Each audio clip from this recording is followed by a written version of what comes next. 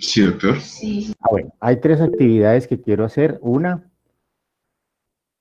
retroalimentarlo el examen del día de ayer, corregir las preguntas.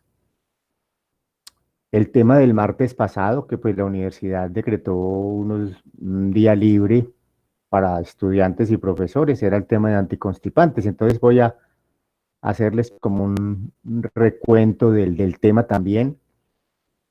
Y vamos a terminar con el tema de líquidos y electrolitos, haciendo énfasis sobre todo en la composición de las soluciones que más se usan para hidratar pacientes,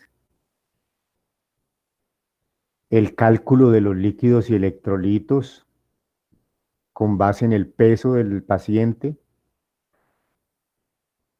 y el cálculo de los líquidos y electrolitos con base en el grado de deshidratación. Entonces esas son las tres actividades que vamos a desarrollar en el día de hoy. Bueno, la primera es pues comentar un poco respecto al examen, cómo les fue, cómo se sintieron, cómo fue la experiencia ayer, quién me quiere contar, quién me quiere compartir.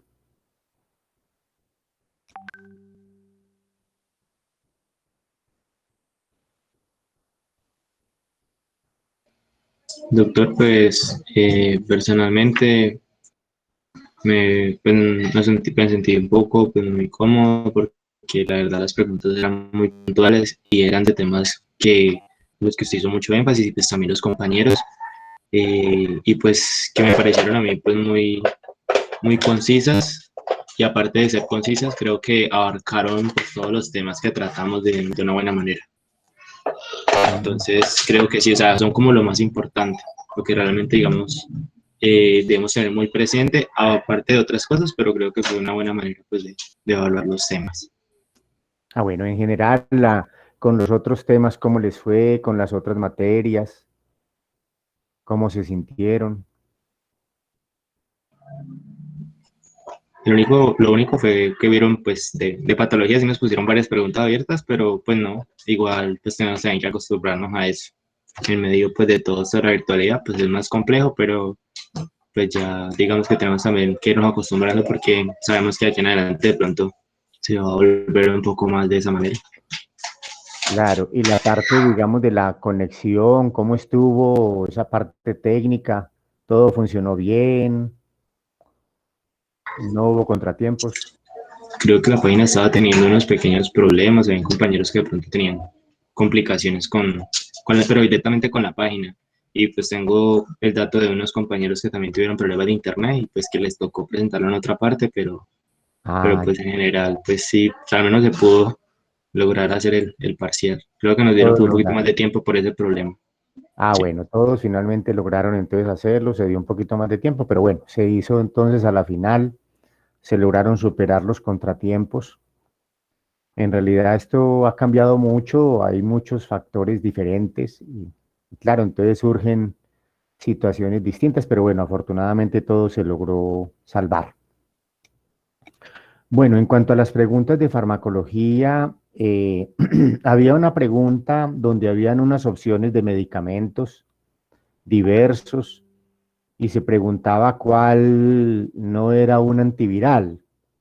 Claro, ahí se ofrecían opciones de antivirales, sidobudina, aciclovir,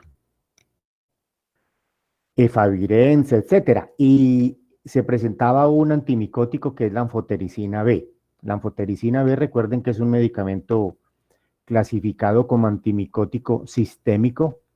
También tiene efecto antileishmaniásico, entonces, para que lo tengan muy presente porque es un medicamento muy usado, la anfotericina B. Se preguntaba entre un grupo de medicamentos cuál era activo contra el H. pylori y se incluían sustancias que no tenían actividad contra el H. pylori, podía ser un fanciclovir, podía ser la misma anfotericina B, y se incluía un medicamento que es nitroimidazólico, análogo del metronidazol, que es el tinidazol, que tiene actividad contra el H. pylori, y nosotros lo habíamos mencionado como parte de un esquema para el tratamiento de la enfermedad por H. pylori, entonces el tinidazol. Había otra pregunta donde se evaluaba la resistencia al H. pylori, cuál era, digamos, de los medicamentos que más presentaban resistencia contra el H. pylori, y se ha encontrado que dos son los medicamentos que más resistencia evidencia contra el H. pylori. Es la claritromicina y el metronidazol.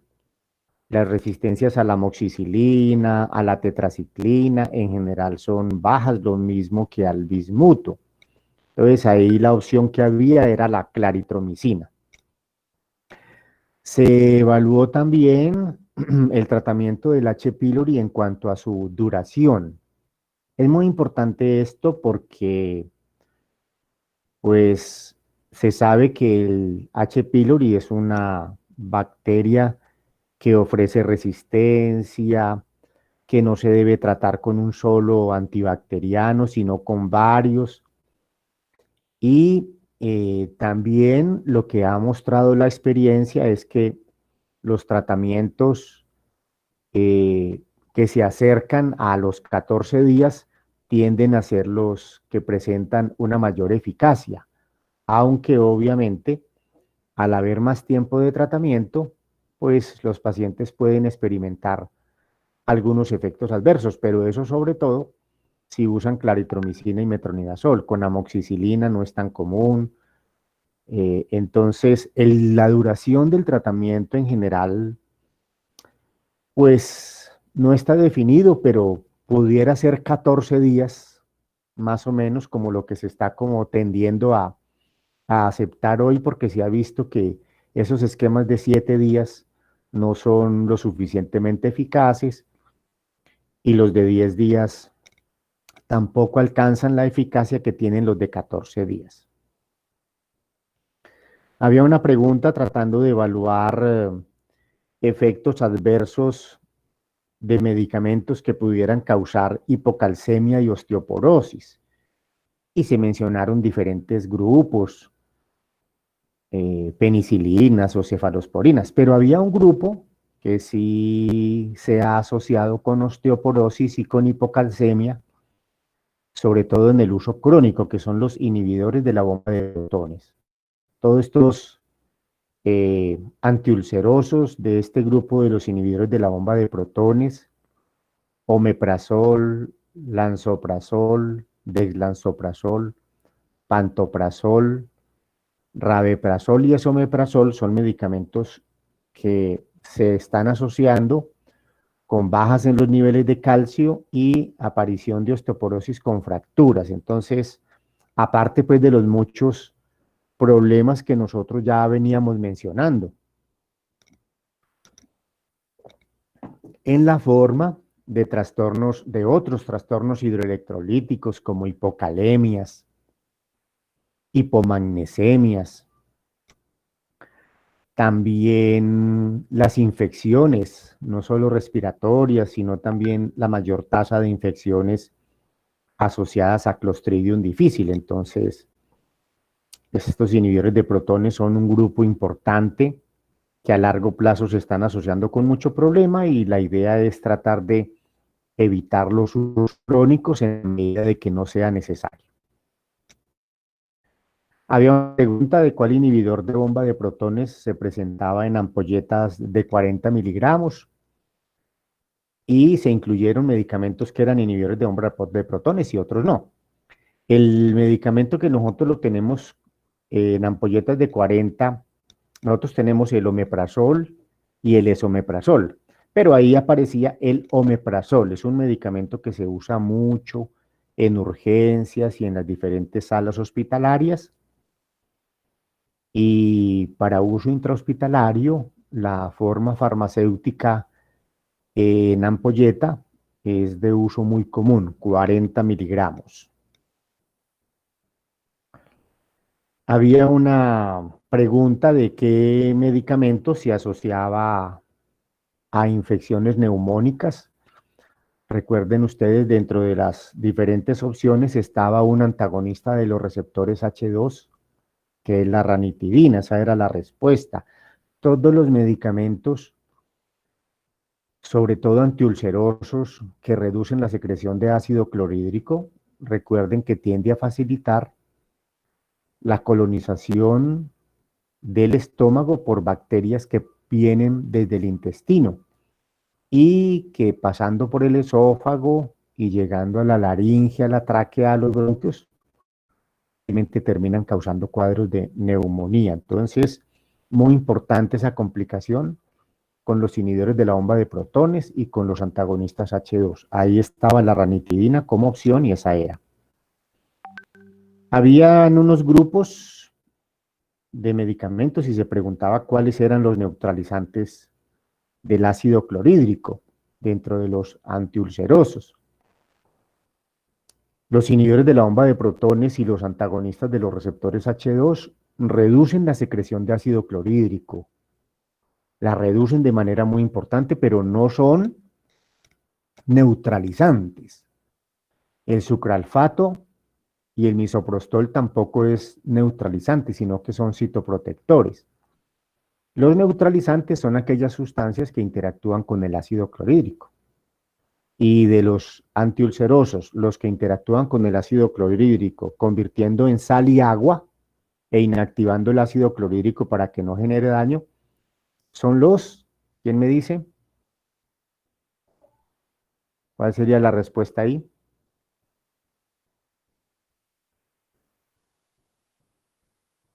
Hidróxidos. Sí, los antiácidos, realmente antiácidos, y los representantes son los hidróxidos de aluminio y magnesio. Muy bien, esa era la respuesta. ¿Cuál antiácido se asocia con diarrea? ¿Qué pusieron? ¿Cuál es el antiácido? Hidróxido de magnesio. Hidróxido de magnesio. Muy bien, Esteban, Juan Jacobo, Juan Felipe. Muy bien, hidróxido de magnesio. Se preguntaba por un medicamento que produjera fiebre como reacción frecuente e importante, que incluso debe, cuando se va a administrar este medicamento, el paciente debe recibir antipiréticos. De pronto lograron identificar cuál era el medicamento que producía fiebre. Había varias opciones, pero estaba ahí la anfotericina B.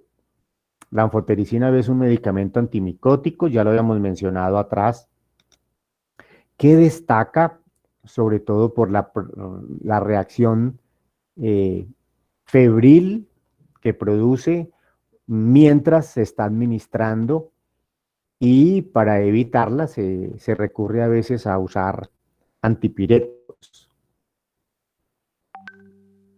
¿Con cuál medicamento se debe hidratar muy bien previamente al paciente para evitar complicaciones renales? A ver, dentro de los grupos que analizamos, ¿cuál grupo puede asociarse con problemas renales si no se hidrata bien el paciente?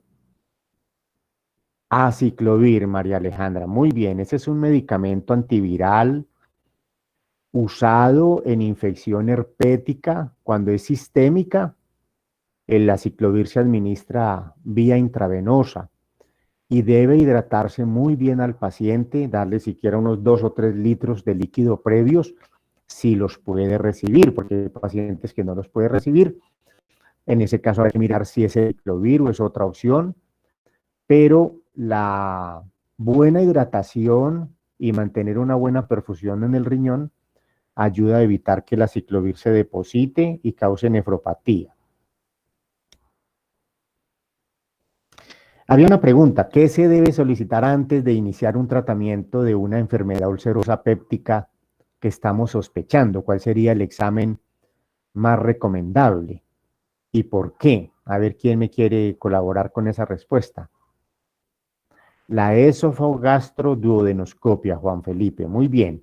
¿Alguien más que nos colabore por qué es tan importante ese examen antes de iniciar un tratamiento? ¿Cuál es la razón para pedir la endoscopia? tenemos que verificar pues muchos aspectos, doctor. Tenemos que verificar primero pues pues el por qué se está generando posiblemente, o sea, pues primero tenemos que evidenciar que efectivamente haya una úlcera. Segundo, pues evidenciar posibles complicaciones de esa úlcera que pueden presentarse, como puede llegar a ser una sobreinfección, puede llegar a ser una perforación de la úlcera cuando está no tratada o complicada, procesos de pronto de tipo del carcinoma gástrico, sí, como dice la Mariana, compañera.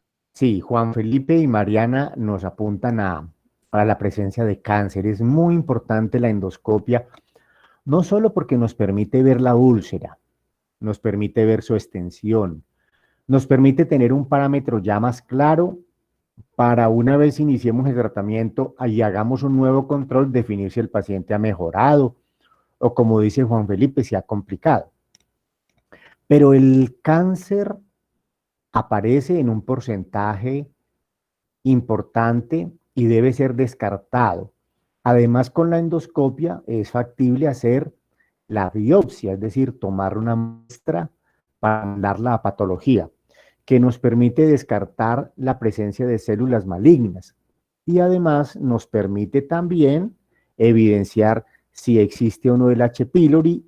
Incluso con un nuevo examen de control podemos evidenciar si el H. pylori se erradicó. Entonces miren que son muchas las ventajas que tiene realmente la endoscopia y hoy es el examen preferido a estos exámenes que utilizan bario o a otras pruebas para el H. pylori, pero es que la endoscopia permite ver la úlcera, definir sus contornos, su dimensión, evidenciar si hay sangrado o no, y sobre todo tomar las muestras respectivas para detectar no solo el H. pylori, sino también la presencia de células que tengan características neoplásicas. ¿Recuerdan las características de las células neoplásicas evidenciables a la microscopía?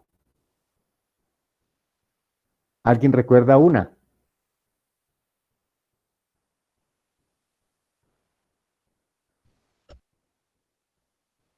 Doctor, pues sería el crecimiento, o sea, sería el crecimiento de células que van a ser muy distintas al tejido normal Pero por eso, y porque son distintas. A ver, dígame una diferencia o alguien que me diga el una núcleo, diferencia.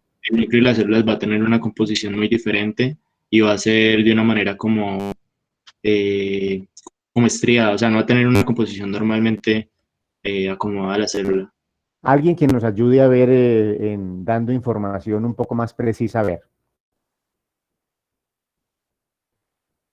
Sí, se evidencian algunas alteraciones nucleares, por ejemplo, la cromatina, Juan Felipe, muy bien. Hay hipercromatismo, los cromosomas están, digamos, desarreglados, digamos, el ADN. Bueno, hay una serie de características que es muy importante que ustedes recuerden eso por patología, para que lo tengan, digamos, muy presente, porque el patólogo es lo que ve, ¿cierto?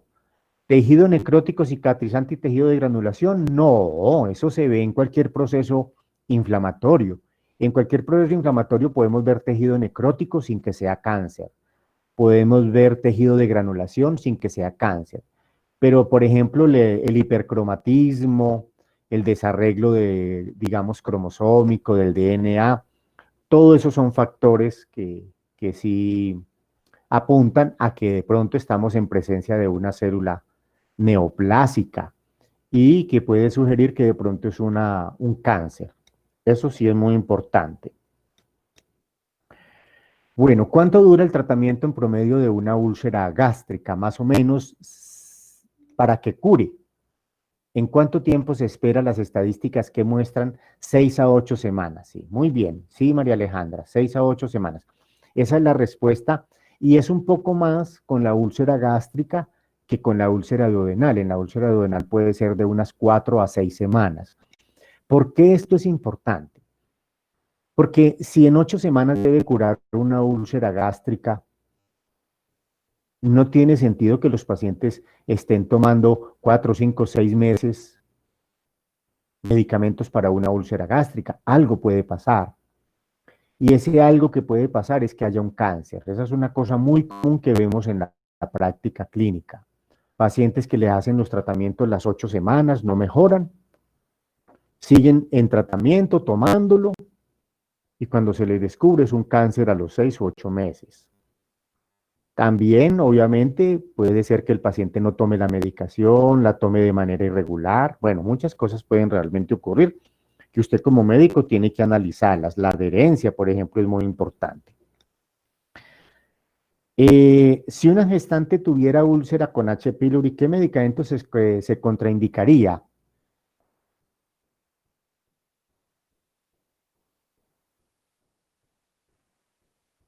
Medicamentos para la H. pylori que se contraindiquen en gestantes. ¿Recuerdan alguno? Ciprofloxacina, sí, esa era la respuesta. Sí, Esteban Danilo, muy bien, pero también se pudiera ser la respuesta a la tetraciclina. Lo que pasa es que ahí estaba, era la ciprofloxacina. La dosis de omeprazol para una úlcera gástrica, más o menos entre cuánto es el rango de dosificación. Muy bien, María Alejandra, 20 a 40 miligramos diarios. Puede ser 20, puede ser 40, Juan Felipe, muy bien. Ambas, ese es como el rango y se debe dar generalmente en las mañanas y ojalá en ayunas. El paciente no debe masticar ni partir digamos, la tableta de omeprazol. ¿Y la dosis de sucralfato? ¿Cuál sería? 1 gramo cada 6 horas, Juan Felipe y María Alejandra. Muy bien, 1 gramo cada 6 horas. Esa es la dosificación del sucralfato. El sucralfato es una buena opción para pacientes que no toleran, no pueden tomar otros antiulcerosos. Genera unas buenas tasas también de cicatrización. Lo que pasa es que como se toma cada 6 horas, pues la adherencia es un poquito más complicadita porque el paciente se cansa y son tabletas muy grandes y saben a veces maluco, entonces ese es uno de los inconvenientes. Efectos adversos del misoprostol que sean frecuentes. Cólicos, recuerden que el misoprostol estimula las contracciones del músculo liso, entonces puede producir cólicos y puede producir diarrea. Por estimular el músculo liso está contraindicado en mujeres embarazadas porque puede inducir a abortos. Que producir los geles de hidróxido de aluminio y magnesio. Los de aluminio pueden producir hiperaluminemia y los de magnesio pueden producir hipermagnesemia y si son combinados pueden aparecer los dos problemas, sobre todo en pacientes que tienen alteraciones en la eliminación renal. ¿Qué medicamento puede alterar la función del clopidogrel? Un antiagregante muy usado, muy importante, el omeprazol. Alejandra, el omeprazol, esa era la respuesta. Y es una cosa que ustedes tienen que tener muy presente porque los pacientes infartados, los pacientes con enfermedad coronaria, que están bajo tratamiento con clopidogrel para evitar coágulos, el omeprazol pudiera interferir con la formación del metabolito activo del clopidogrel, porque recuerden que el clopidogrel es un profármaco. Bueno, muy bien. Esas eran las preguntas. Con estas preguntas hicimos énfasis sobre aspectos de todos los días que ustedes tienen que tener muy presentes con respecto a estos medicamentos y a estos grupos que evaluamos, que fueron los antimicóticos, antivirales, antiulcerosos y anti-H. pylori y también antirreflujo. Bueno, muy bien. ¿Alguna duda respecto al examen? ¿Alguna inquietud? ¿Algún aporte? ¿Algo que quieran compartir?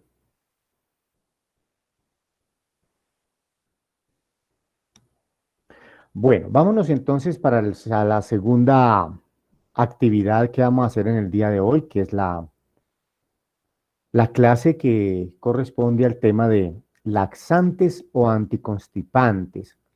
Estos medicamentos laxantes buscan ablandar la materia fecal. Hay pacientes en los cuales la materia fecal se torna dura,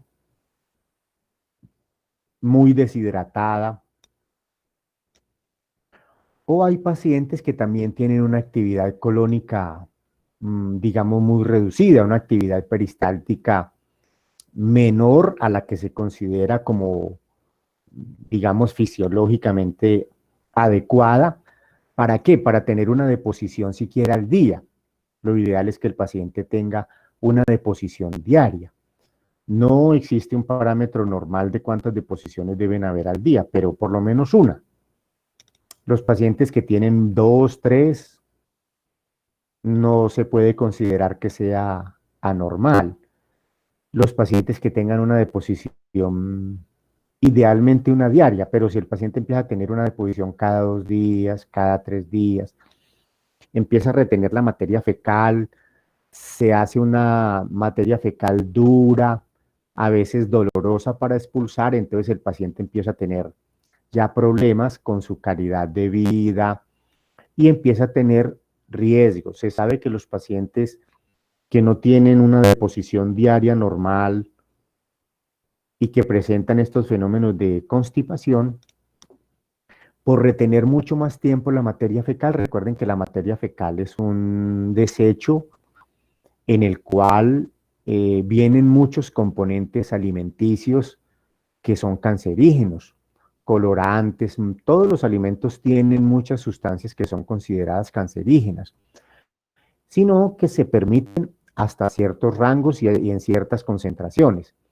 Pero si la persona tiene estreñimiento, muchos de estos componentes empiezan a permanecer mucho tiempo en contacto con la mucosa del colon y pueden facilitar la aparición de cáncer de colon. Es una de las cosas que se sospecha. Eso está bajo investigación para ser comprobado, pero se cree que esos desechos que deberían expulsarse a diario para que no sean tóxicos, si se quedan 5 o 7 días, hay pacientes que tienen deposiciones cada 10 días, y en esos pacientes entonces el uso de laxantes o anticonstipantes empiezan a ser sustancias importantes. ¿Qué grupos son laxantes? ¿Qué grupos forman o qué subgrupos forman este gran grupo de los laxantes? El primer subgrupo son los laxantes formadores de masa. En ese subgrupo de laxantes formadores de masa tenemos el silio. Se escribe con la P inicial, la PS. Silio, metilcelulosa y el policarbófilo. Esos son el primer subgrupo de los laxantes que forman masa. El segundo subgrupo de los laxantes son los reblandecedores o tensoactivos. Ahí dentro de los reblandecedores o tensoactivos tenemos el docusato, tenemos la glicerina y tenemos el aceite mineral. En el tercer subgrupo de laxantes tenemos los laxantes osmóticos. Muchos son carbohidratos. Ejemplos: sorbitol, lactulosa, citrato de magnesio, fosfato de sodio, polietilenglicol y también el hidróxido de magnesio forma parte de ese grupo. Entonces les repito los de ese grupo de los laxantes osmóticos: sorbitol, lactulosa, citrato de magnesio, fosfato de sodio, polietilenglicol y el hidróxido de magnesio también, o la leche de magnesia, que es muy conocida. El cuarto subgrupo de laxantes son los laxantes estimulantes.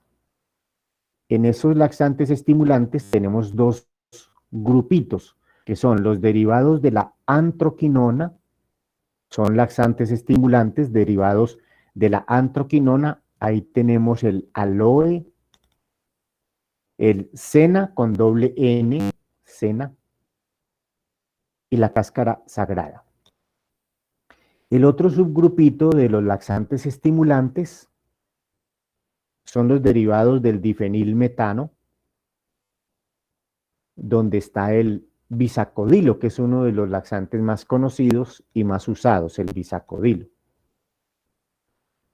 Otro subgrupo ya diferente, aparte de los laxantes estimulantes, de los osmóticos, etcétera, son los activadores de los canales de cloro. Ese es otro subgrupo ya de laxantes.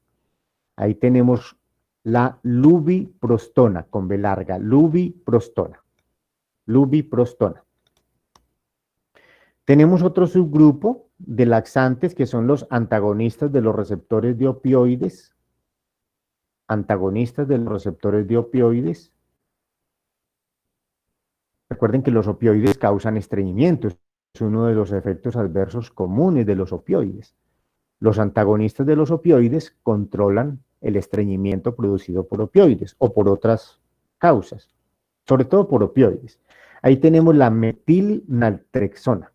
Metilnaltrexona y tenemos el albimopan. Albimopan. Este albi es con B corta. Albimopan. Y como último grupo de los laxantes tenemos los antagonistas de los receptores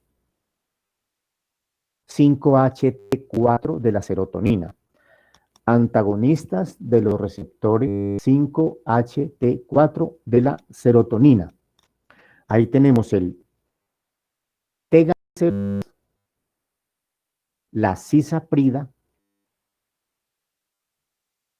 y la prucaloserot. Cisaprida con C la primera y la segunda con S. Cisaprida, la primera con C y la segunda con S.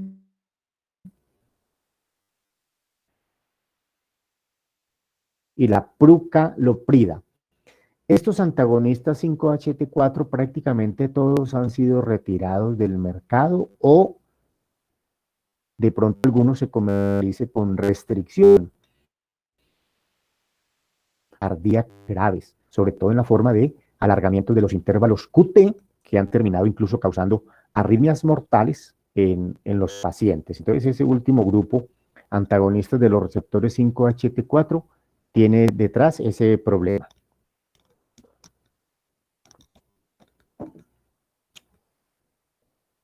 Bueno, cuando se piensa, digamos, en usar laxantes,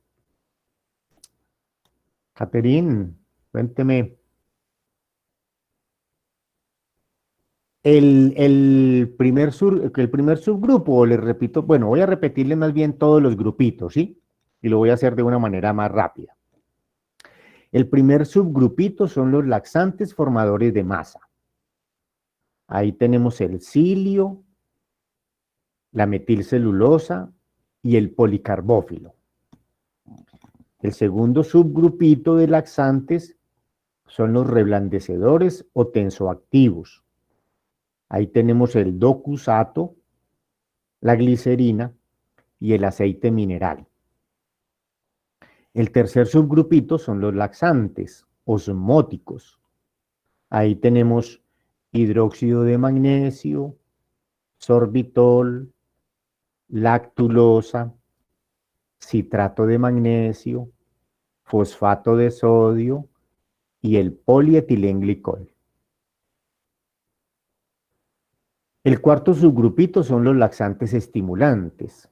Ahí tenemos dos grupitos de ese subgrupo de laxantes estimulantes, que son los derivados de la antraquinona, donde está el aloe, el sena y la cáscara sagrada. Esos son derivados de la antraquinona del subgrupo de los laxantes estimulantes.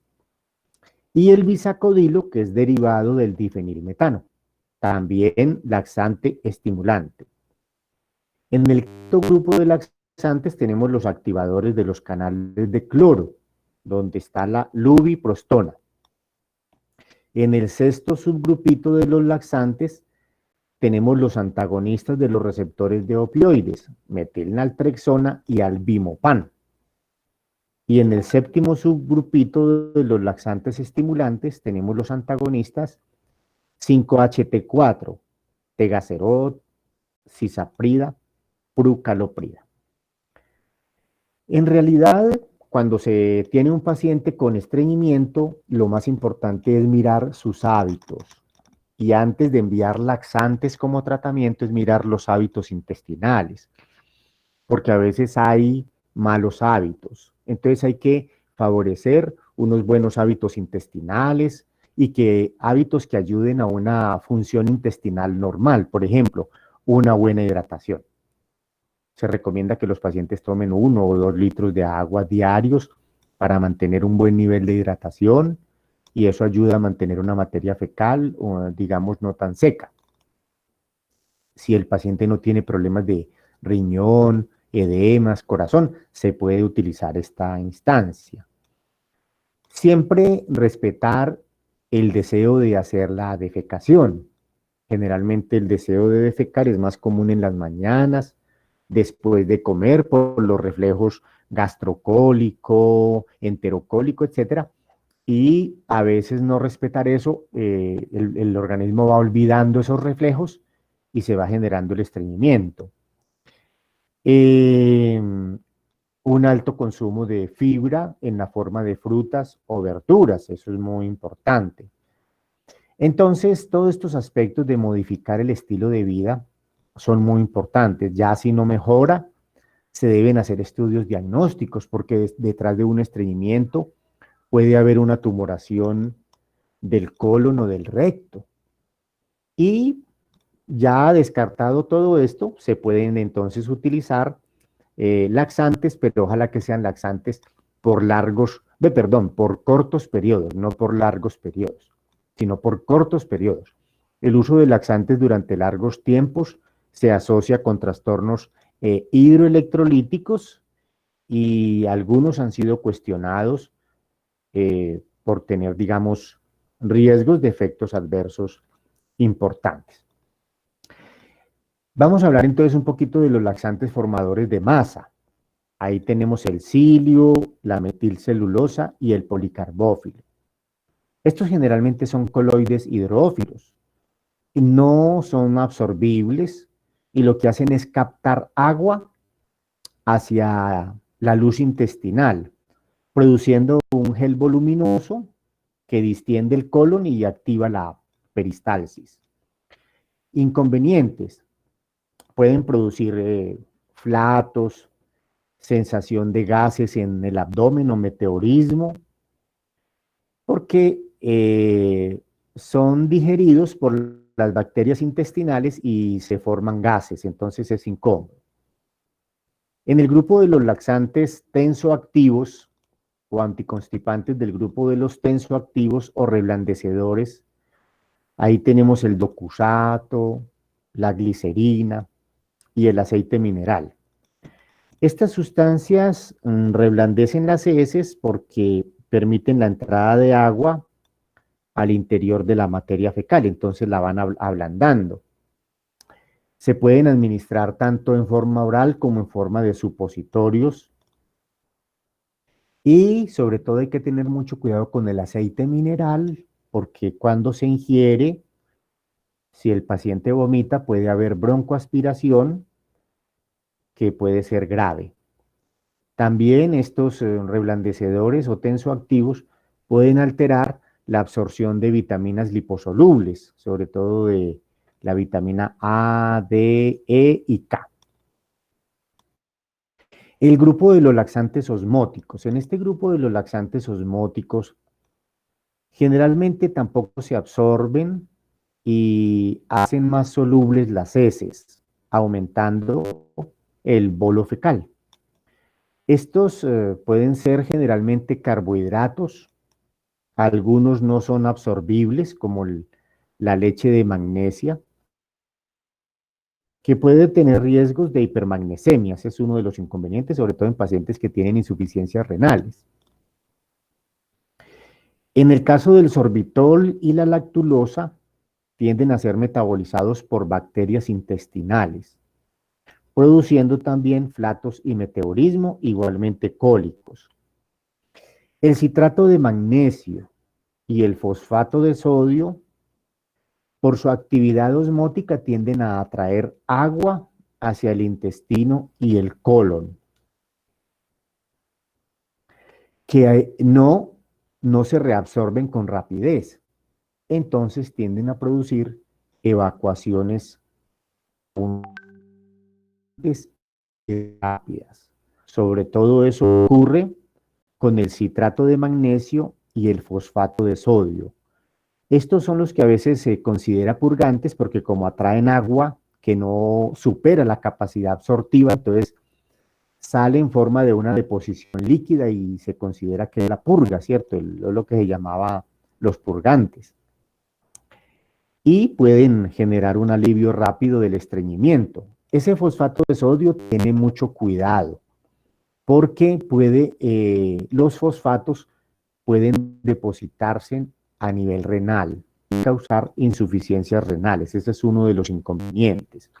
Por esto, con el fosfato de sodio se debe sobrehidratar muy bien al paciente, si es posible, para evitar deshidrataciones y para evitar hiperfosfatemias, hipocalcemias, hipernatremias e hipopotasemias. Entonces, dentro de estos laxantes osmóticos que ya hemos comentado, el hidróxido de magnesio en general no es tan problemático, es bien tolerado. El sorbitol y la lactulosa tienden a producir flatos y meteorismo, pero mucho cuidado con el fosfato de sodio, porque si bien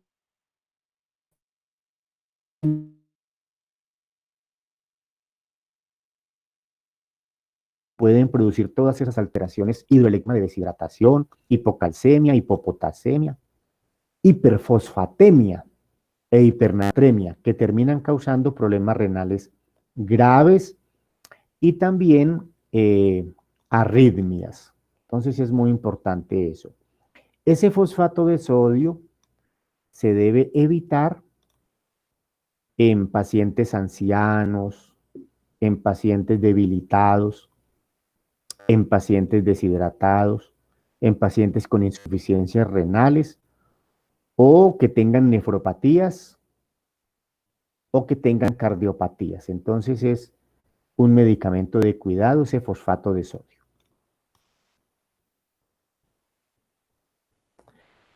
Otro de los laxantes osmóticos es el polietilenglicol. Es importante mencionarlo porque se está usando mucho el polietilenglicol para lavado del colon previo a las esófago gastroduodenoscopias. Se está usando mucho y se puede incluso usar con bisacodilo.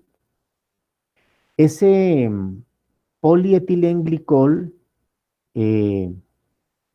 digamos, viene mezclado también con sulfato de sodio, con cloruro de sodio, con bicarbonato y con cloruro de potasio. Eso es importante porque casi no genera entonces alteraciones hidroelectrolíticas ni problemas renales. O sea que el polietilenglicol es un laxante un poco más seguro que el fosfato de sodio, que tiene todos los problemas que ya mencionamos. Con este polietilenglicol no se presenta desplazamiento, ni desequilibrios, ni de líquidos, ni de electrolitos importantes, y entonces es un laxante considerado seguro en general en la mayoría de los pacientes. Se recomienda con este polietilenglicol absorber aproximadamente entre unos 2 a 4 litros para facilitar la limpieza del intestino y hacer más fácil entonces la endoscopia o la colonoscopia, perdón, la colonoscopia, y poder observar toda la superficie de la mucosa colónica para detectar pólipos o detectar algunas lesiones ulcerativas que pueden ser sugestivas de cáncer o tumores. Viene en polvo el polietilenglicol, incluso para el estreñimiento crónico se puede mezclar ese polvo de polietilenglicol con jugos diariamente. Se recomienda más o menos 17 gramos de polietilenglicol por cada 235 mililitros de líquido y se puede ingerir diariamente para el control del estreñimiento en pacientes que tienen estreñimientos de difícil manejo. No produce cólicos ni produce flatos. En el caso, por ejemplo, del polietilenglicol, generalmente eso viene un sobre y ese sobre se disuelve en 1 litro de líquido y se debe tomar más o menos, lo ideal es tomar entre 2 a 4 litros en unas 4 horas y eso produce generalmente una evacuación. En el caso del estreñimiento crónico, se puede dar cantidades más pequeñas de polietilenglicol en cantidad de 17 gramos por cada 235 mililitros de jugo, que se puede tomar diariamente para mantener una deposición un poco más blanda y hacer más fácil la deposición. ¿Cuántos litros de polietilenglicol? Más o menos entre 2 a 4 litros, que se pueden tomar más o menos en promedio entre 4 a 6 horas.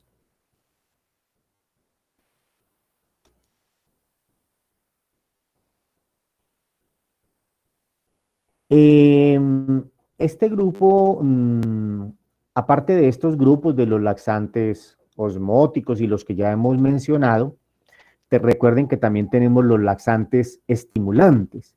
Estos laxantes estimulantes también se llaman catárticos o purgantes.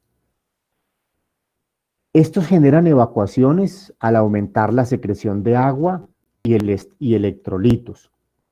Estos laxantes estimulantes también actúan al estimular el sistema nervioso entérico, pero ese estímulo del sistema nervioso entérico puede ser nocivo a largo plazo porque se puede dañar el sistema nervioso entérico y se pueden producir atonías con dilataciones colónicas. O sea que ese grupo de los laxantes estimulantes que nosotros los teníamos en el cuarto grupo, donde están los derivados de la antraquinona y los derivados del difenilmetano, pues sobre todo los derivados de la antraquinona y en general estas sustancias pueden tener por ese efecto estimulante del sistema nervioso entérico, digamos, algunos riesgos. Ahí tenemos los dos subgrupitos, que son los derivados de la antraquinona, el aloe, el sena y la cáscara sagrada. Estos son laxantes estimulantes naturales. Se sabe que con el uso crónico se puede producir una pigmentación parda del colon, lo que se denomina melanosis colónica. Entonces, dentro de los laxantes estimulantes, los derivados de la antraquinona, el aloe, el sena y la cáscara sagrada pueden producir pigmentación parda del colon o melanosis colónica. Hay dudas de si eso puede ser cancerígeno. En el caso de los derivados del difenilmetano, el bisacodilo, nosotros lo conseguimos en tabletas de 5 miligramos, son unas tabletas pequeñas, y generalmente se toma una tableta cada 6, cada 8 horas, y se usa en el estreñimiento crónico. Igualmente algunos gastroenterólogos lo adicionan al polietilenglicol para la limpieza de pacientes que van a ser sometidos a la colonoscopia. La fenolftaleína también pertenece a ese grupo de los laxantes estimulantes, pero se retiró por riesgos de cardiotoxicidad. Vamos con el otro grupito de los laxantes, que son los activadores de los conductos del cloro o activadores de los canales de cloro. Ahí tenemos la lubiprostona. Esta lubiprostona es un medicamento nuevo, digamos de reciente desarrollo. Está indicado sobre todo para el estreñimiento crónico en los pacientes que tienen síndrome de intestino irritable. Los pacientes que tienen síndrome de intestino irritable pueden tener estreñimiento o algunos tienen diarrea. En los que tienen estreñimiento crónico, se recomienda esta lubiprostona. Actúa estimulando canales de cloro de tipo 2. lo que aumenta la velocidad del tránsito intestinal. Se absorbe muy poco, pero produce náusea en un 30% de los pacientes porque se ha observado que retrasa el vaciamiento gástrico, la lubiprostona. Entonces la lubiprostona es un activador de los canales de cloro, sobre todo de cloro de tipo 2, lo cual aumenta la secreción y el tránsito intestinal. Puede producir náusea en un 30% de los pacientes, la lubiprostona. Los antagonistas de los receptores de opioides. Ahí tenemos la metilnaltrexona y el albimopan.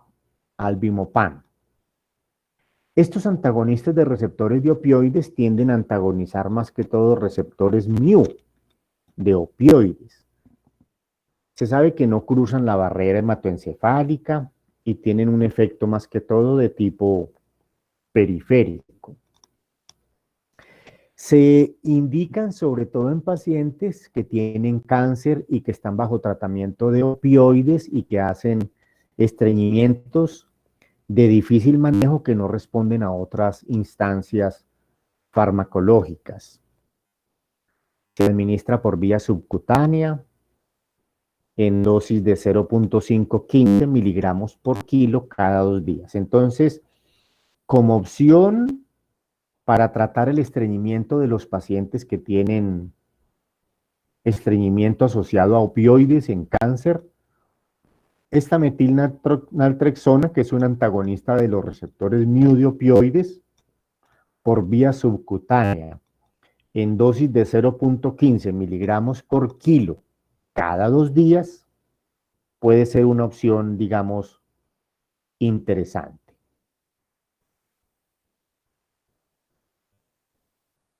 En el caso del albimopam, es un medicamento que se presenta en cápsulas de 12 miligramos y se recomienda darlo por vía oral, una cápsula. Se recomienda a veces para profilar el estreñimiento posquirúrgico.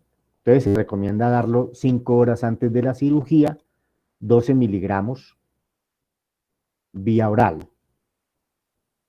Y después de la cirugía se puede dar cada 12 horas hasta restablecer la función intestinal, pero nunca se recomienda darlo por más de 7 días por los efectos adversos que pueden, digamos, aparecer. También es un medicamento únicamente de uso intrahospitalario y que se recomienda en pacientes que tienen ileos posquirúrgicos. Entonces, este albimopam es un antagonista también de receptores de opioides. No se debe dar por más de 7 días. Más de 7 días, no. Máximo 7 días. Se recomienda darlo 5 horas antes de la cirugía, 12 miligramos vía oral, y seguir con una cápsula cada 12 horas hasta que se restablezca la función intestinal. La principal indicación del albimopam es el ileo posquirúrgico. Tiene efectos adversos importantes, por eso no se debe dar por más de 7 días.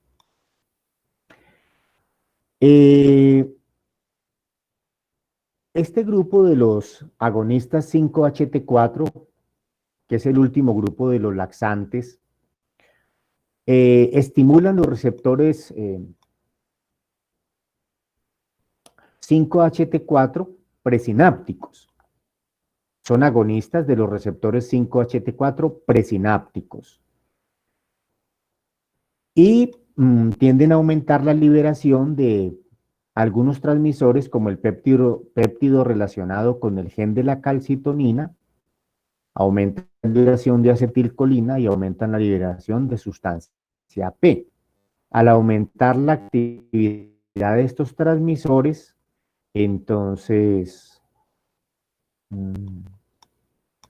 también tienden a producir relajación de la parte distal porque incrementan la liberación de óxido nítrico y péptido intestinal vasoactivo. Recuerden que esos son transmisores relajantes. Entonces, a la vez que producen transmisores estimulantes como acetilcolina y sustancia P, a nivel distal producen transmisores relajantes como el óxido nítrico y el péptido intestinal vasoactivo para que la materia fecal pueda ir avanzando. Estos medicamentos, como les decía, han sido retirados del mercado o de pronto alguno de ellos persiste con restricción por problemas sobre todo cardíacos.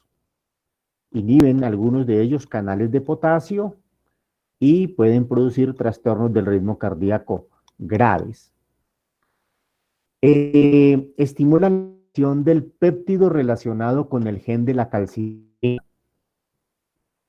Estimulan la liberación del PRGC, péptido relacionado con el gen de la calcitonina.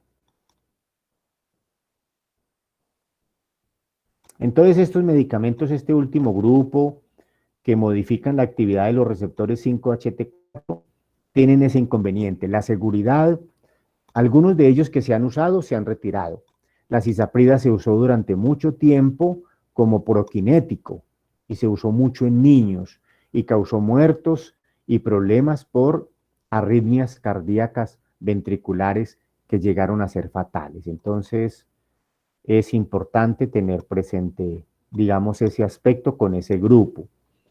Ideal en el caso de los laxantes, como les decía, usarlos por periodos cortos, no usarlos por periodos largos, sino por periodos cortos. Siempre antes de usarlos, tratar de estudiar el estreñimiento, buscar las causas. Los prokinéticos se reducen a este grupo, ¿cómo así? Doctor, ¿me escuchan? Sí. Sí, sí, sí. No, la pregunta es, usted menciona que se han utilizado, por ejemplo, la cisaprida como procinético, pero aparte de ese grupo de los agonistas de los receptores 5-HT4, perdón, ¿hay más procinéticos?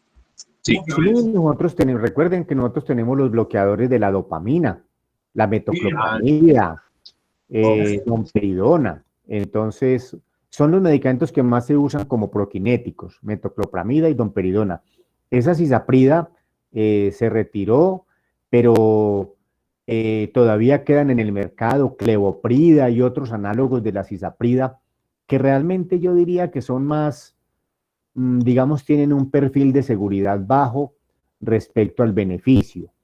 Entonces, ese es alguno de los inconvenientes que tienen esos medicamentos hoy. Bueno, el otro tema al cual quiero hacer referencia, bueno, Juan Felipe, el otro tema al cual quiero hacer referencia hoy es al tema de los líquidos y electrolitos. Nosotros ya nos habíamos referido al tema de la diarrea y comentábamos en el caso de la diarrea que esas pérdidas de líquidos y electrolitos generalmente deben ser repuestas con líquidos y electrolitos, más que utilizar antidiarreicos, más que utilizar otra serie de instancias. Lo más importante es hidratar muy bien al paciente. Cuando un paciente tiene diarrea, recuerden ustedes que gran parte de los líquidos que transitan por el intestino, que llegan a ser hasta 9, 10 litros al día, se empiezan a perder. Y rápidamente la persona puede en 2 o 3 días perder cantidades importantes de líquido y electrolitos que terminen generando deshidratación, afectación renal, afectación cardíaca por la deficiencia electrolítica y afectación neurológica. Y se puede producir la muerte de la persona. De suerte que la hidratación es el elemento más importante en el manejo de cualquier diarrea. Máxime cuando la mayoría de diarreas son producidas por virus, para los cuales no se requiere ningún tipo de medida, ni hay ningún tipo de antiviral en este momento para manejar una diarrea. Lo más importante entonces es la hidratación. Todos esos medicamentos que nosotros mencionamos como antidiarreicos en la clase pasada, valga decir antiparasitarios, valga decir antibacterianos y otros, solo se recomendarían en casos muy eventuales, pero lo más importante siempre es una buena hidratación.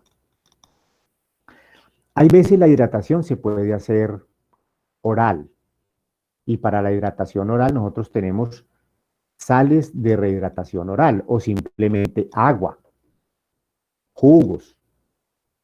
Se puede dar Pedialit, Rinfur, sales de rehidratación que vienen ya listas y preparadas, pero el paciente las puede tomar por la boca sin vomitarlas. ¿Cuándo se recomienda la hidratación oral?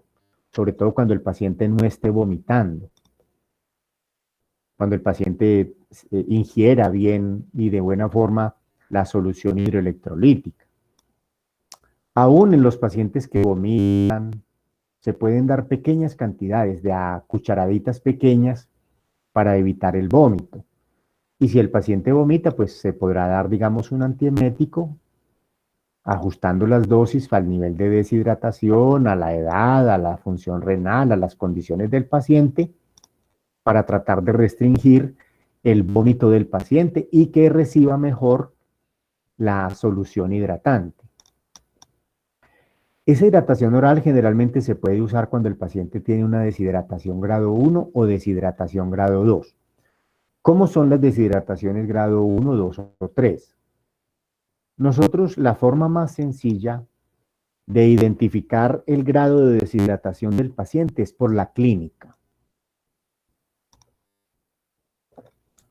La clínica es el examen físico que le hacemos al paciente. Si usted ve a un paciente con la lengua muy seca, arrugada, pegajosa, es posible que ese paciente tenga una deshidratación grado 3. Pero si usted le dice al paciente, saque la lengua, y tiene una lengua húmeda, aunque viene, digamos, con diarrea, etcétera, usted puede decir que tiene una deshidratación grado 1. En el caso, por ejemplo, del sensorio, si el paciente está despierto, consciente, sabe quién es, dónde está, probablemente tenga una deshidratación grado 1. Pero un paciente que está con diarrea, que usted lo ve deshidratado y que está somnoliento, es un paciente que probablemente tenga una deshidratación grado 3. Frecuencia cardíaca y pulso. Un paciente que tiene un pulso lleno, que todavía es fácilmente palpable, es un paciente que probablemente tenga una deshidratación grado 1. Pero un paciente que tenga un pulso filiforme, casi imperceptible, probablemente tenga una deshidratación grado 3. Pulso y frecuencia cardíaca. Si el paciente tiene, por ejemplo, 80, puede tener una deshidratación grado 1. Pero un paciente que tiene más de 120 de frecuencia cardíaca, probablemente tenga una deshidratación grado 3. Eliminación urinaria. ¿Qué tanto está eliminando el paciente, doctor? Hace horas que no orina. De pronto tiene una deshidratación grado 3, si usted le suma alteración en el sensorio, pulso filiforme, frecuencia cardíaca mayor de 120. Pero si la mamá dice, no, está orinando, probablemente tenga una deshidratación grado 1. El aspecto general del paciente. En una deshidratación grado 3, el paciente se ve en malas condiciones. En una deshidratación grado 1, el paciente se ve todavía bien en su condición general, defendido, respira tranquilamente, no está cianótico. En cambio, el de deshidratación grado 3 está cianótico, está taquipneico, taquicárdico, etc. Entonces, son dos formas, digamos, son formas clínicas de graduar la deshidratación, que es tal vez lo más fácil. Cuando un paciente tiene una deshidratación grado 1, máximo 2, pero tolera la vía oral, se le puede dar, se puede hacer una hidratación oral, con sal de rehidratación oral. Pero si el paciente ya tiene una deshidratación grado 3 o 2, que no está en muy buena condición, se debe hacer una hidratación parenteral. Entonces les voy a mencionar las soluciones que nosotros tenemos para hidratar los pacientes. La primera solución es La sal de rehidratación oral. Hay una sal de rehidratación oral que ustedes la consiguen, por ejemplo, en la forma de frascos ya preparados, Pedialite, por ejemplo. Ustedes consiguen Pedialite 45, Pedialite 30, Pedialite 60. ¿Qué quiere decir eso? La cantidad de miliequivalentes por litro que tiene esa solución, por litro. Entonces el Pedialite 60 tiene 60 miliequivalentes por cada litro de solución de Pedialite que se consuma. El Pedialite 30 tiene 30 miliequivalentes por litro por cada litro de solución de Pedialite que se consuma. ¿Eso por qué? Porque antes la OMS sacaba una solución que tenía 90 miliequivalentes de sodio y se vio que algunos pacientes hacían hipernatremias y convulsiones. Entonces se optó la OMS por sacar soluciones con menos sodio.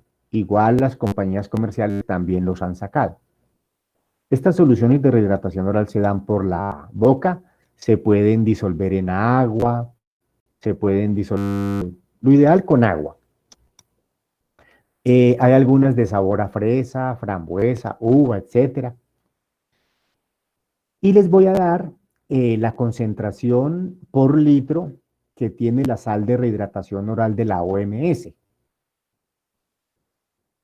Esa sal de rehidratación de la OMS tiene, por cada litro, tiene de sodio 75 miliequivalentes o milimoles por litro. 75 de sodio. De cloro, 65 miliequivalentes por litro o milimoles por litro. De glucosa, 75. Es importante la presencia de glucosa en las sales de rehidratación oral, porque recuerden que en la medida en que entra la glucosa arrastra agua y ayuda a absorber agua y a hidratar mejor al paciente. Entonces tiene de sodio 75, cloro 65, glucosa 75, de potasio tiene 20 miliequivalentes o milimoles por litro, 20. De citrato tiene 10. Y la osmolaridad total de esta sal de rehidratación oral de la OMS es de 245 miliequivalentes por litro, o sea que es una solución hipotónica respecto al plasma, porque el plasma, la tonicidad es de aproximadamente 300 miliequivalentes por litro. Entonces, esta solución de rehidratación oral es una solución hipotónica, no es isotónica. También se puede preparar una sal de rehidratación en casa. Hay una fórmula disponible por cada, por cada sobre de sal de la OMS, ese sobre debe ser disuelto en 1 litro de agua hervida fría. Hay una forma casera recomendada por ahí que dice 1 litro de agua, el zumo de 1 limón, 2 cucharadas soperas de azúcar, 1 cucharadita pequeña de bicarbonato y media cucharadita de sal. Les repito, por cada litro de agua, un zumito de limón, 2 cucharaditas soperas de azúcar, 1 cucharadita de bicarbonato y media cucharadita de sal. Esta es una sal casera que pudiera aproximar un poco a la concentración de la OMS, pero obviamente lo ideal sería dar una solución que venga científicamente preparada. Y que sepamos que por cada litro exactamente damos 75, como es la de la OMS, 75, de cloro 65, de glucosa 75, de potasio 20, de citrato 10, que esa es la de la OMS, ¿de acuerdo? Cuando no se pueden hidratar los pacientes por vía oral, sino por vía parenteral, entonces nosotros tenemos disponibles sobre todo 3 soluciones, que son la solución salina normal o el suero fisiológico, o la solución salina isotónica. Esa solución solo es para administración parenteral por vía intravenosa.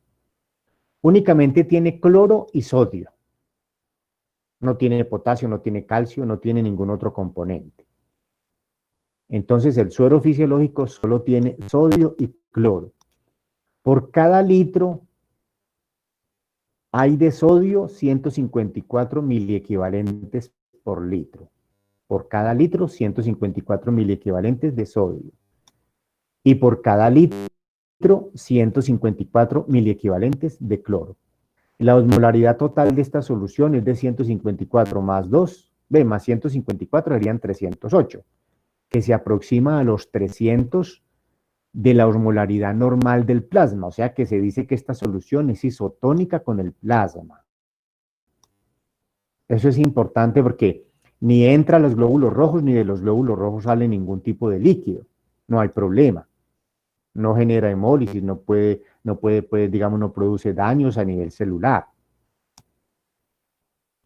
No produce grandes desplazamientos en los líquidos corporales. Esa es la solución salina normal. Ya les dije la sal de rehidratación oral, ya les dije la solución salina normal. Ahora les voy a comentar otra solución para hidratación parenteral, que es el Ringer lactato.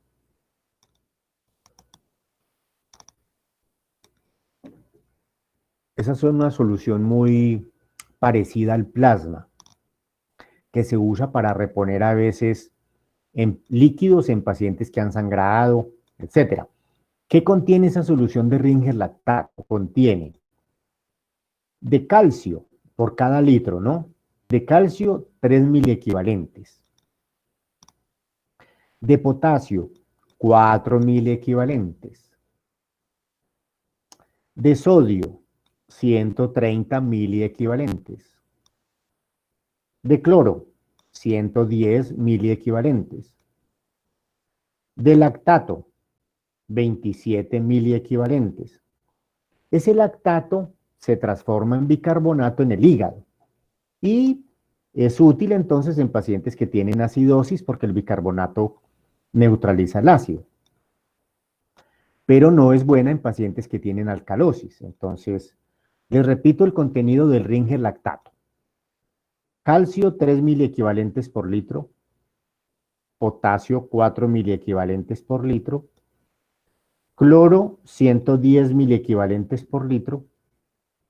Lactato, 27 miliequivalentes por litro, que se transforma en bicarbonato. Y la osmolaridad total de este Ringer lactato es de aproximadamente 273 miliequivalentes por litro. Aunque algunos consideran esta solución de Ringer lactato isotónica con el plasma, ustedes ven que tiene más o menos 27 puntos por debajo de lo que es la osmolaridad promedio normal del plasma, que son 300 miliequivalentes por litro. Entonces, esta solución, aunque algunos consideran, y ustedes van a ver en algunos textos que es isotónica con el plasma, realmente no lo es. Es una solución hipotónica y tiende a entrar a los glóbulos rojos y puede producir hemólisis. Ese sería uno de los inconvenientes de esta solución, pero no es común y se tienen que administrar grandes cantidades pues para que en realidad en la clínica no se ve pues un fenómeno hemolítico importante y se usa muchísimo para reponer agua en pacientes que han perdido, digamos, sangre. Y el otro líquido que se utiliza para hidratar es la destroza en agua destilada, pero sola. Se le deben adicionar electrolitos. ¿Cuánto es la adición común que se hace? Ustedes lo van a ver. A cada 500 de destroza en agua destilada, a cada 500 mililitros, le adicionan 12.5 de cloruro de sodio y 7.5 mililitros de cloruro de potasio. Les repito esto porque es muy importante. Una tercera solución utilizada para hidratación es la destroza en agua destilada. ¿Qué contiene la destroza en agua destilada? Contiene agua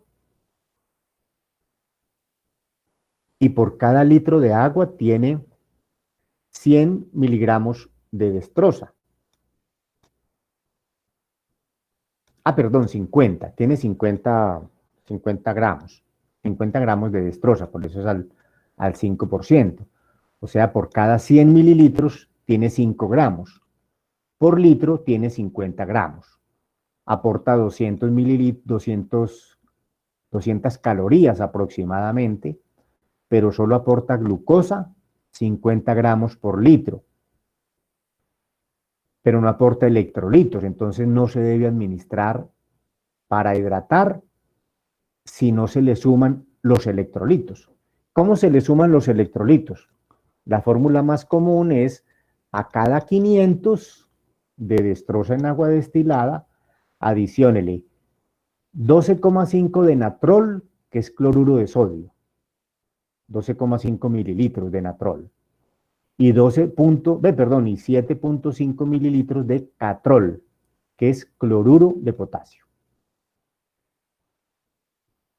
Entonces,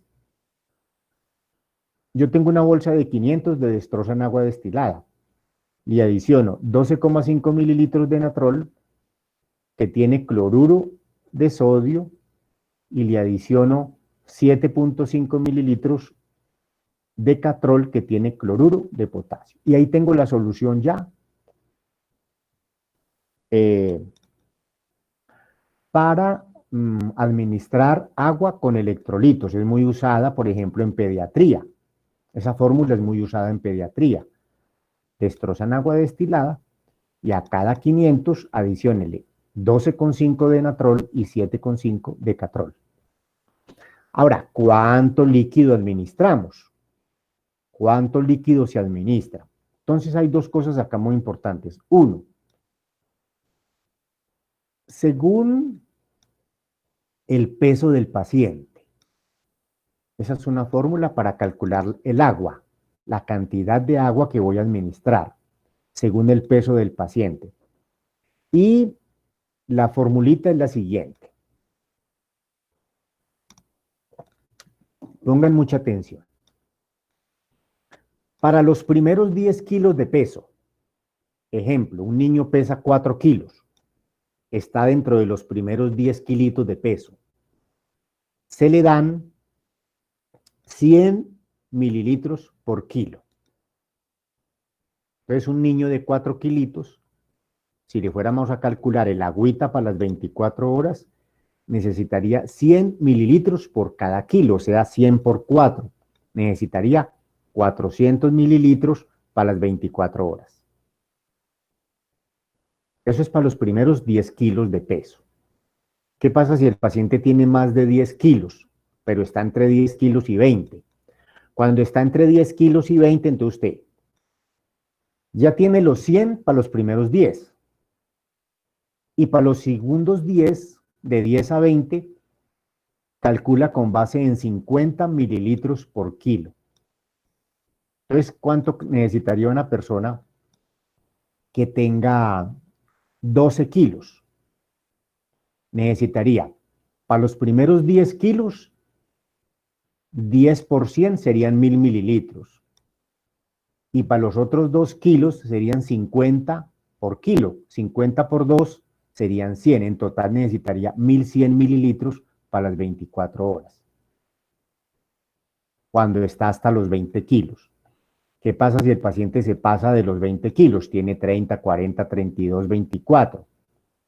Por cada kilo que se pase de los 20, se pasó 4 kilos, se pasó 10 kilos, multiplicamos a 20 mililitros por kilo. 20 mililitros por kilo. Esto se lo voy a repetir. Por los primeros 10 kilos, administramos agua a razón de 100 mililitros por kilo.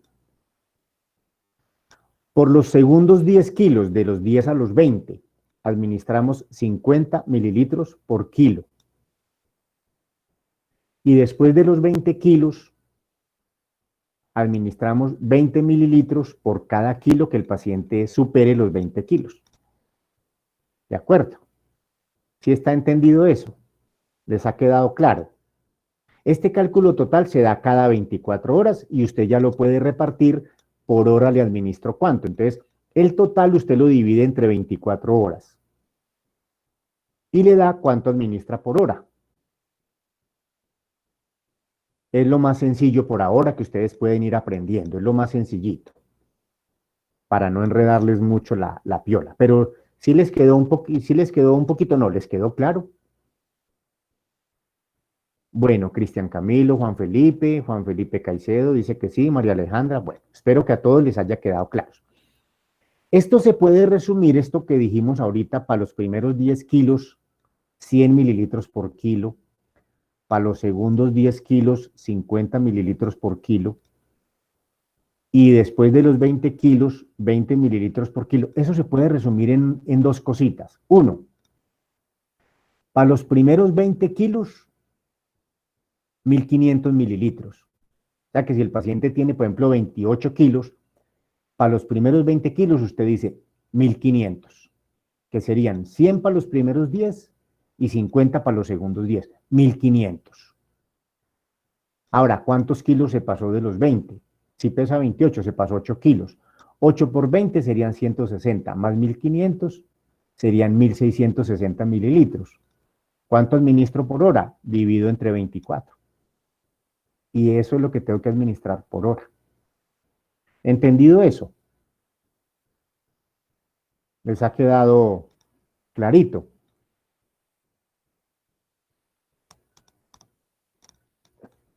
A ver, quiero escuchar o ver escrito que sí. Juan Felipe me dice que sí. Cristian Camilo me dice que sí.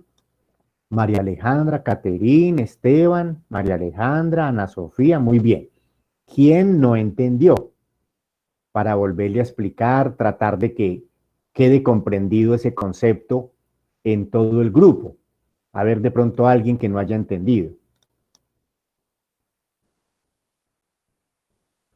Bueno, les recomiendo que con esa guía matemática que les he mostrado, hagan algunos ejercicios, porque en el examen cuarto y probablemente en el final van a ir ejercicios de calcular los líquidos. Y puede haber un paciente de 7 kilos que necesitará ¿cuánto? Uno de 7 kilitos, ¿cuánto necesitan las 24 horas de líquido? 700. Muy bien, Ricardo, María Alejandra, Juan Felipe, Esteban Danilo, 700. Muy bien.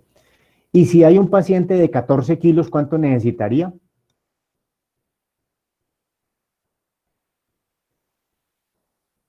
1.200, María Alejandra, Ricardo, Manuela, muy bien, 1.200, exactamente.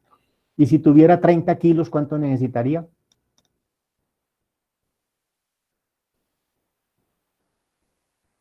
1.700, María Alejandra, muy bien, Esteban Danilo, 1.700, Ricardo Augusto, exacto. Por lo menos yo veo que Ricardo, Esteban, Manuela, los que han participado, entendieron. Si alguien no entendió, por favor le pueden preguntar a Esteban, a Manuela, los que... Bueno, pero por eso les doy nuevamente la oportunidad. El que no haya entendido, por favor, díganoslo ya, para explicarlo de otra manera, mirar la forma de que lo entienda, y que todos hoy, terminando esta clase, sean capaces de calcular unos líquidos para reponer, estas son para reponer las necesidades basales, ¿no? Esto es para lo basal. ¿Qué es lo basal? Lo que el paciente necesita estando como acostado, sin consumir comida. Muchas veces hay que dejar los pacientes en ayuno. O el paciente que está en cuidados intensivos y no puede comer, hay que darle unas basales. Ahora, en una diarrea existen, ya les dije, 3 grados de deshidratación, 1, 2 y 3, que ustedes clínicamente ya tienen parámetros para saber y acercarse en si es 1 o es 3, ya se los di. ¿Cuánto le debemos dar a un paciente que tiene una deshidratación grado 1? Hasta 50 mililitros por kilo. Paciente de 20 kilos con deshidratación grado 1, ¿cuánto habría que darle? Cálculo. Si es hasta 50 mililitros por kilo y pesa 20 kilos, ¿cuánto habría que darle? A ver, quiero ver el número. Juan Felipe, 1000, muy bien. 1000 mililitros por el grado de deshidratación. Habría que sumarle ya las basales, porque el grado de deshidratación es lo que ha perdido por la diarrea, pero no son las basales, ¿de acuerdo? Bueno, entonces ahí van sumando. Paciente de 30 kilos, ¿cuánto habría que darle si tiene una deshidratación grado 2? 100 mililitros por kilo. Entonces, ¿cuánto habría que darle si es un paciente de 30 kilos y tiene una deshidratación grado 2?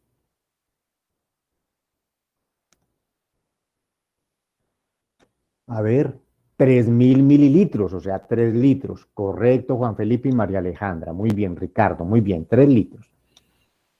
Y si es deshidratación grado 3, se administra hasta 150 mililitros por cada kilo. Paciente de 40 kilos, deshidratación grado 3. ¿Cuánto habría que suministrarle para la deshidratación no más? 6000. ¿Y cuánto habría que darle para las basales? ¿Cuánto sería el total?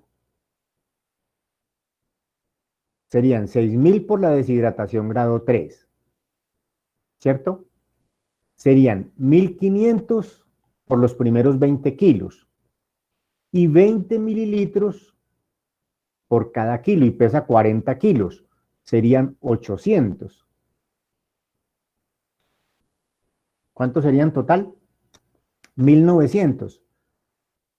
Bueno, entonces habría que darle 1900 más lo de la deshidratación. Y ahí ya lo estamos compensando. Exactamente, 6000 más 1900 serían 7900 para compensar lo que ha perdido por la diarrea más lo que son sus necesidades basales, ¿de acuerdo? En el caso de un paciente deshidratado por una diarrea, el 50%, o sea, la mitad de esos 7900, la mitad son casi 4000, porque son casi 8000. Casi 4000 se le dan en las primeras 8 horas y la otra mitad se le dan en las 16 horas siguientes. Esa es la forma del manejo, a manera muy general, que se hace de los líquidos y electrolitos dentro del hospital. Para la deshidratación, ¿en qué horas? Bueno, en las primeras 8 horas, el 50% inicial, o sea, la mitad. Y en las 16 horas restantes de las 24 horas, el otro 50%, ¿de acuerdo? ¿Entendido? ¿Claro? ¿Dudas? ¿Inquietudes? Bueno, María Alejandra, con mucho gusto. ¿Inquietudes? Claudia me dice que está entendido, muy bien. Claudia Lorena, todo claro. Bueno, me alegra entonces que estos aspectos de matemáticas que a veces no son fáciles los hayan captado bien, hagan algunos ejercicios, estudien las soluciones, estudien los laxantes y entonces, como tengo ahorita rotación con un grupo a las 11, entonces dejamos acá para descansar un ratico y poder continuar con ellos un poco la garganta y seguir con ellos. Entonces, ¿alguna duda, alguna inquietud, algún aporte, algún comentario?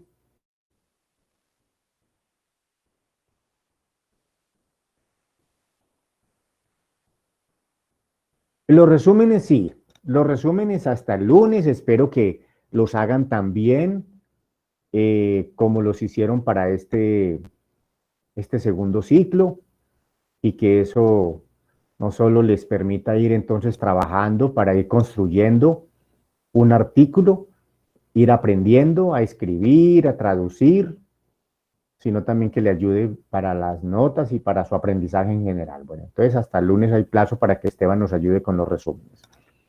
Bueno, ¿alguna otra duda?